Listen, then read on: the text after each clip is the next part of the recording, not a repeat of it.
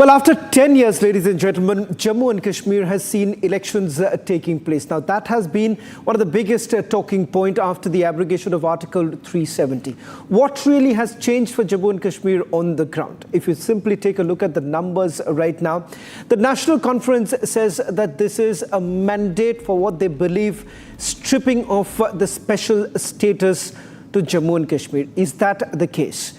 Given the fact that the Congress party has seen a drastic dip in their vote share, the BJP sees an increase as far as the vote share, as far as the seat tally is concerned.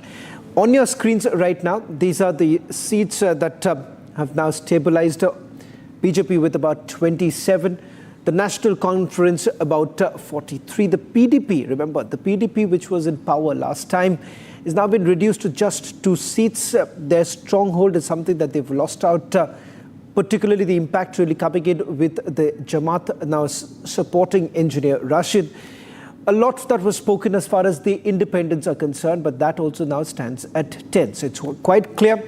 The big headline that's emerging right now, the National Conference will be forming the government in Jammu and Kashmir, but the big surprise really coming in from Haryana. But before I go across to take you through what's really happening in Haryana, first, let me bring in my colleague Zeenat, who's joining us on this broadcast. Zeenat, I'm told that the National Conference spokesperson is with Zeenat right now. Zeenat, go ahead.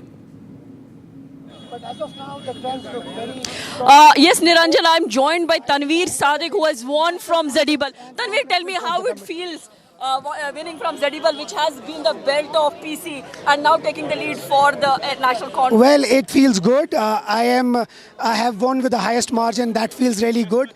The National Conference overall in Jammu and Kashmir has won very handsomely. We are happy. We thank the people of Jammu and Kashmir the way they have reposed faith in us, and I'm sure by the end of the day, you will find a very decisive mandate that the people have given to this alliance. And in coming days, you will see a very strong and vibrant government. National Conference has just done tremendously great, but as far as the alliance partner is concerned, it is coming in somewhere in the single digit. Let's wait and watch till the end of the day. It's still trends are coming, but I'm hopeful that by the end of the day, we will have a very strong, we will cross the magic mark, and we will have a very strong and vibrant government. How many seats is National Conference expecting as the decisive? Well, let's not go on the numbers as of now, but I'm sure that we will. This is a very strong mandate from the people, and people have reposed their faith. Like I said earlier, I'm sure we will cross the halfway mark and give Jammu and Kashmir a very vibrant government. And also through your media, ask, request and advise the BJP to not interfere in the function of the government or the formation When of the do we government. expect the government will be formed? Let's wait and watch. Let's wait and watch. Umar Saab, Of course he will. thank you so congratulations. So that was National Conference candidate from the Zadibal constituency who has taken a massive lead from Zadibal constituency. And here we see that the supporters have come to National Conference. They have gathered. In fact, the candidates who make it this time for the National Conference, they have come to pay the respect or the tributes to Farooq Abdullah, who is here. Umar has left for Ganderbal, where from he is expecting that he will again secure his win. So a good day, or a best day we can say, for the National Conference. Finally, as per the mandate that has come to the kitty of National Conference, it seems huge, huge, huge, because then their alliance partner is performing in just single digits. Earlier it used, there were the analysis that were coming that these alliance partners may require some support from the outer parties as well.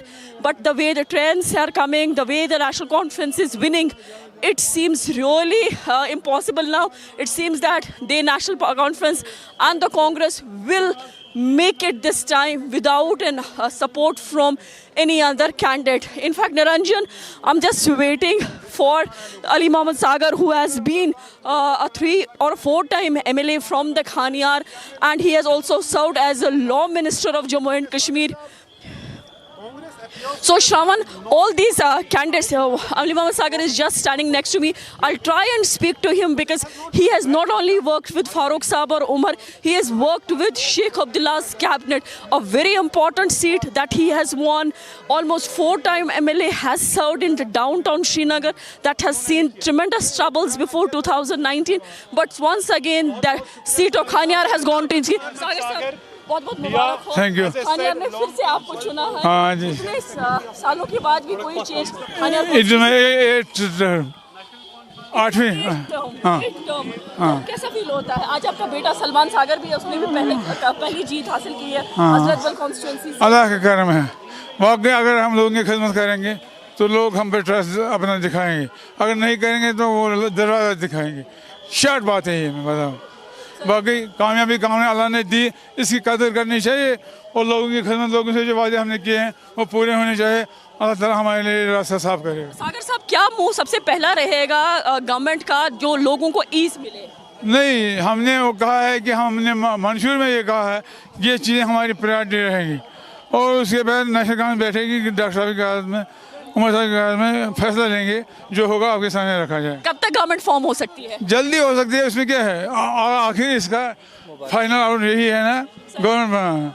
Government लोगों के काम करेंगे, लोगों के उनकी नब्ज़ पे हाथ रखकर लोगों के लिए काम करेंगे इंशाल्लाह। हम कैसे बहुत बहुत मुबारक। That was National Conference veteran leader, 8-time MLA from downtown Srinagar, Ali Mohammed Sagar, who has served as the law Well, minister. Zira, just a quick point. Just a quick point. It's settled. It's quite settled, Zira, that Omar Abdullah is going to be the next chief minister. His father, Farooq Abdullah, it appears, has already made the announcement. Yes, that is very clear right from the day one, because when the Omar's name was announced from the two constituencies, Farooq Sahab has made it that time also clear that his health is not supporting him and it's time Umar to lead the party. But they have seen the debacle in Lok Sabha when he lost against Engineer Rashid. But this time it seems that the way the trends are coming up, Badgam has given a decisive mandate to Umar Abdullah. Right now he has just left for Ganderbal constituency, which has been the bastion of Abdullah's, right from Sheikh Abdullah, where from Umar was contesting. And there also the leads that are coming in tells that Umar will also win Ganderbal seat. So it is a day of national conference. Congress has not performed the way national conference were expecting. But gains or losses, we see the numbers that are swelling in Jammu and Kashmir for the national conference. It seems that they have completely taken over and people have chosen once again traditional national conference, despite that the national conference lost some of their credible faces like Nasir Aslamwani, who has MOS tourism in Omar's cabinet, very close friend of Umar Abdullah, right-hand man of Umar Abdullah. He lost to PDP's Fayaz Mir, and also one MLA who's a 3-time MLA from the Pulwama. Right. He has lost to Wahid Para. Khalil Band has lost somewhere around 3,000 votes. So some credible losses have come to national conference, but the numbers suggest that they will form the government in the coming days. Well, Zirat, I'll request you to stay on with us as Zirat gets us the live report from National Conference. Let me also